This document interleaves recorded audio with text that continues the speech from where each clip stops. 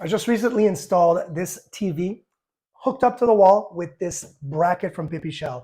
And this bracket is a VESA type. All I needed to do is make sure that I've got my X adjustment right here. Comes in with the four, just little four screws will do the trick. It can accommodate a 13-inch monitor all the way to a 40-inch monitor, just like this one here. It's fantastic. I love the fact that, of course, this is a concrete wall, so this was very simple. But I love the fact that you only need a one stud kind of installation. So you just find that one stud, install that on a single stud, and away you go.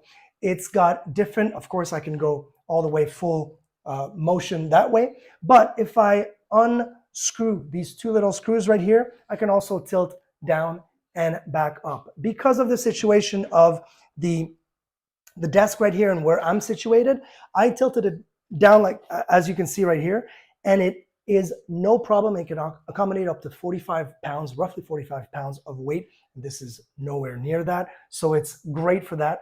And I just hid the cables and away you go. If you do have something else than concrete, of course, you can hide your cables behind the wall.